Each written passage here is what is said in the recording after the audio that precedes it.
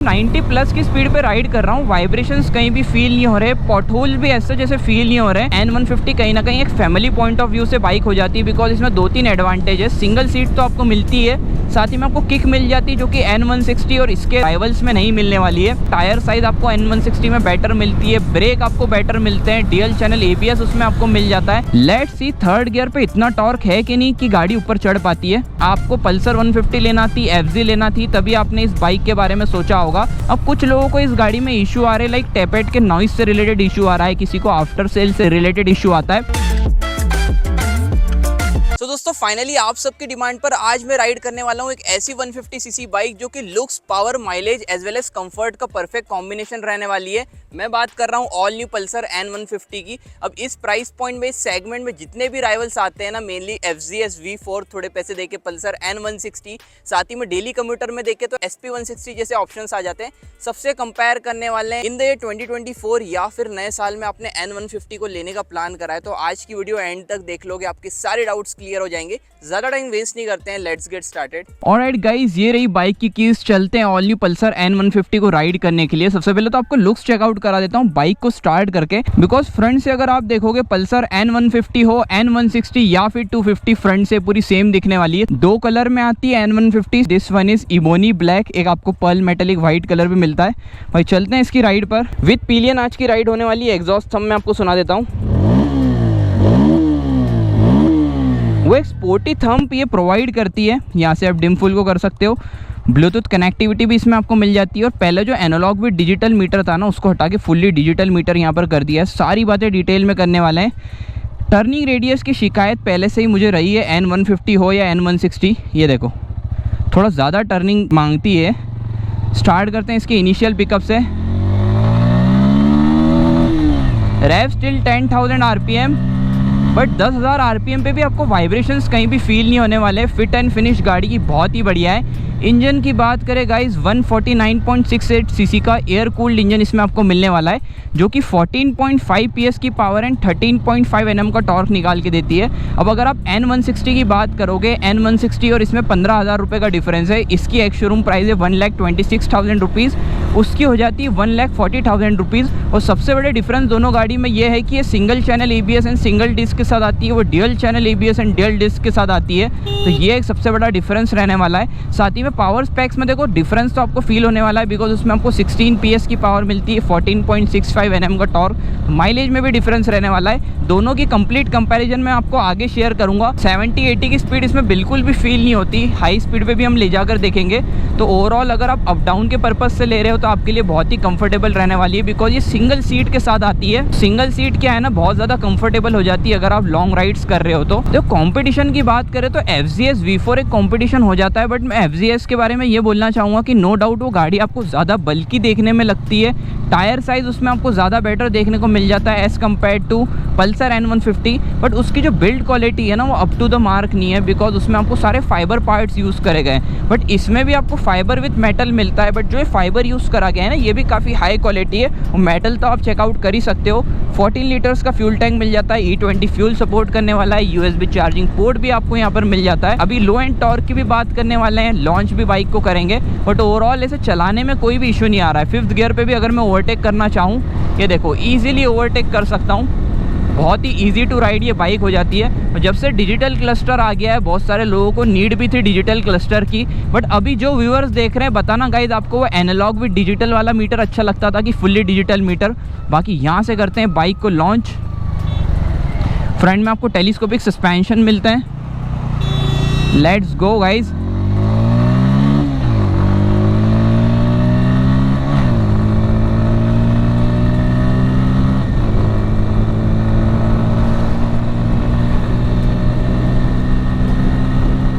मैं 90 प्लस की स्पीड पे राइड कर रहा हूँ, वाइब्रेशंस कहीं भी फील नहीं हो रहे, पॉटहोल भी ऐसे जैसे फील नहीं हो रहे, बिकॉज फ्रंट में आपको इसमें टेलीस्कोपिक सस्पेंशन मिल जाता है। अब N160 में आपको USD फोक्स मिलते हैं। टायर साइज़ भी उसमें बेटर मिलती है, बिकॉज इसमें आपको 90 सेक्शन टायर्स मिलते हैं, उसमें आपको 100 सेक्शन टायर्स मिल जाते हैं। और ब्रेकिंग की भी बात करेंगे, फ्रंट में ही आपको डिस्क मिलता है जो कि 260 mm का रहने वाला है। N160 में आपको 300 mm का मिलने वाला है। यहाँ से टर्निंग रेडियस की बात कर लेते हैं। अब देखो मैं यहाँ से पूरा टर्न कर रहा हूँ, फिर भी मुझे कहीं ना कहीं एक लेन तो यहाँ पर लग गई। अब बहुत सारे लोग सोचते हैं गाइस कि यार N150 और N160 में 15,000 का डिफरेंस प्राइस में है, बट अपग्रेड करना वर्थ इट नहीं है बिकॉज उसमें इतने फीचर्स नहीं मिलते। तो आप गलत सोच रहे हो। दोनों के कंपैरिजन में आपको डिटेल में अभी शेयर कर देता हूँ। अब देखो गाइस क्या है ना, N150 कहीं ना कहीं एक फैमिली पॉइंट ऑफ व्यू से बाइक हो जाती है बिकॉज इसमें 2-3 एडवांटेज है। सिंगल सीट तो आपको मिलती है, साथ ही में आपको किक मिल जाती है जो कि N160 और इसके राइवल्स में नहीं मिलने वाली है। अब मैं पल्सर 150 को इसलिए कंपेयर नहीं कर रहा हूँ बिकॉज वो गाड़ी नो डाउट लेजेंडरी बाइक है, बट उसका एक लिमिटेड मार्केट है। जिन्हें आज भी वो ओल्ड स्कूल लुक पसंद है वो पल्सर 150 DTSI के लिए जाते हैं, बट N150 कहीं ना कहीं यूथ को अट्रैक्ट करती है। ये एक ऐसी बाइक है जो आप खुद भी चला सकते हो, आपके अगर पापा है, बड़े भैया है, वो भी फैमिली में कम्यूट कर सकते हैं बिकॉज सीट हाइट काफ़ी कंफर्टेबल है। 790 mm की सीट हाइट है, 145 kgs का वेट है जो कि इस सेगमेंट के लिए बहुत ही सफिशिएंट है। मतलब मैं ना ही ज़्यादा बोलूँगा ना ही कम। अगर आप N160 से कंपेयर करते हो तो 9 किलो हल्की रहने वाली है बाइक। तो ओवरऑल देखो डिफरेंस मैं आपको बता दूं, टायर साइज़ आपको N160 में बेटर मिलती है, ब्रेक आपको बेटर मिलते हैं, डुअल चैनल ABS उसमें आपको मिल जाता है। कुछ ये डिफरेंस रहने वाले हैं N150 N160 में। साथ ही में यहाँ पर मैं आपको सस्पेंशन चेकआउट कराता हूँ। इमीडिएट ब्रेकिंग करके देखते हैं, ये चेक करो। ब्रेक का रिस्पांस नो डाउट काफ़ी बढ़िया है। हालांकि इसमें फ्रंट में आपको डिस्क मिलता है, रियर में ड्रम मिलता है, ड्रम है 130 mm का। अब आप अगर देखोगे पीछे शॉट में भी अभी तो आपको डिस्क जैसी चीज़ दिख रही होगी, वो है RLP, rear wheel lift protection आपको इसमें मिलता है। अगर आप इमीडिएट आगे वाला ब्रेक दबाते हो, गाड़ी पीछे से ऐसा स्टॉपी होने जैसा इशू नहीं आएगा। तो नो डाउट गाड़ी बहुत ही ज़्यादा प्लांटेड चलती है। अब लो एंड टॉर्क की बात कर लेते हैं। 13.5 Nm का टॉर्क है। अब जितनी भी मैंने N160 की राइड वीडियोस बनाई है ना, उसमें लो एंड टॉर्क काफ़ी बढ़िया मिलता है। अभी हम देखो यहाँ से ब्रिज पे चढ़ रहे हैं, मैं थर्ड गियर पे यहाँ पर थ्रॉटल ही छोड़ देता हूँ। लेट्स सी थर्ड गियर पे इतना टॉर्क है कि नहीं कि गाड़ी ऊपर चढ़ पाती है। मुझे जहाँ तक लगता है बाइक बंद पड़ जाएगी। ये देखो बंद हो गई। मुझे जो एक्सपेक्टेड था, देखो थोड़ा तो टॉर्क की कमी आपको महसूस होने वाली है as compare to N160, but अगर मैं यहाँ पर सेकेंड गियर पर छोड़ के देखता हूँ, फर्स्ट गियर ही देख लेते हैं। वो गाइस देखो वो टॉर्क ये गाड़ी प्रोवाइड कर नहीं पा रही है। मैं आपको ऑनेस्टली बताना चाहूँगा, ना ही FZ कर पाएगी ना ही SP 160 कर पाएगी। तो बेटर लो एंड टॉर्क चाहिए then you should go for N160 because Apache और N160 दोनों में ही आपको लो एंड टॉर्क बहुत बढ़िया मिलता है। अपाचे में उसे GTT बोलते हैं, ग्लाइड थ्रू टेक्नोलॉजी। यही चीज़ अगर मैं N160 के साथ ट्राई करता ना तो ब्रिज पे थर्ड गियर पे भी एक आइडल स्पीड पे चढ़ जाती। गाइस जो मैंने आपको लो एंड टॉर्क की बात करी थी, थर्ड गियर अगर मैं फ्लैट रोड पे चला रहा हूँ, यहाँ पर मैंने डाल लिया तो आप देख सकते हो ईजिली गाड़ी क्रॉल कर रही है, कहीं भी नॉकिंग फील नहीं हो रही है। कहीं ना कहीं एक डेली कम्यूटर बाइक जो लेना चाह रहे हैं वो N150 के बारे में सोचते हैं बिकॉज यार नो डाउट इसके लुक्स बहुत ही बढ़िया है। जो चेसी यूज़ करी गई है वो भी N160 की है, तो आपको ग्राउंड क्लियरेंस N150 N160 का सेम मिलने वाला है 165 mm का। साथ ही में गाइस इसमें आपको LED सेटअप मिल जाता है, LED क्लस्टर मिल जाता है। फीचर्स तो भर भर के आपको इस गाड़ी में मिलने वाले हैं और बिल्ड क्वालिटी से रिलेटेड आपको कोई भी शिकायत नहीं आएगी। जहाँ तक की बात आती है आपको गाड़ी कौन सी लेना चाहिए, बिकॉज देखो मैंने आपको फीचर्स तो शेयर कर दिए, ग्राउंड क्लियरेंस शेयर कर दिया, वेट शेयर कर दिया, स्पेक्स शेयर कर दिए, पावर टेस्ट आपको बता दिया।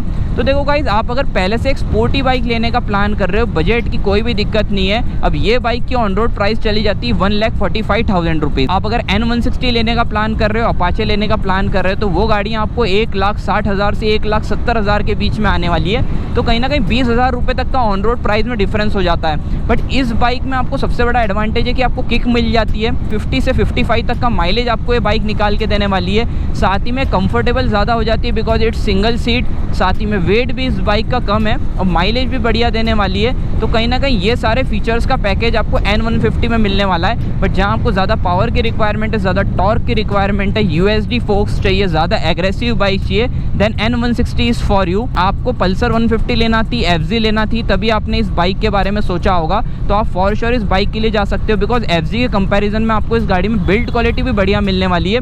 अब कुछ लोगों को इस गाड़ी में इशू आ रहे हैं, लाइक टेपेट के नॉइस से रिलेटेड इशू आ रहा है, किसी को आफ्टर सेल से रिलेटेड इशू आता है। आफ्टर सेल से रिलेटेड भी लोगों को इशू इसलिए आता है बिकॉज बजाज के शोरूम में इतनी ज़्यादा गाड़ियाँ हो गई है ना, तो भीड़ ज़्यादा रहेगी, तो फॉर श्योर आपकी service up to the mark हो नहीं पाएगी। बट अकॉर्डिंग टू मी जिस प्राइस पॉइंट पे गाड़ी है 1.5 लाख रुपए के अंदर ही आपके लिए one of the best choice रहने वाली है। आज की वीडियो को भी एंड करते हैं गाइस। कुछ भी डाउट हो बेझिझक कमेंट में पूछ लेना। तो गाइस मिलते हैं ऐसे एक इंटरेस्टिंग कंटेंट के साथ।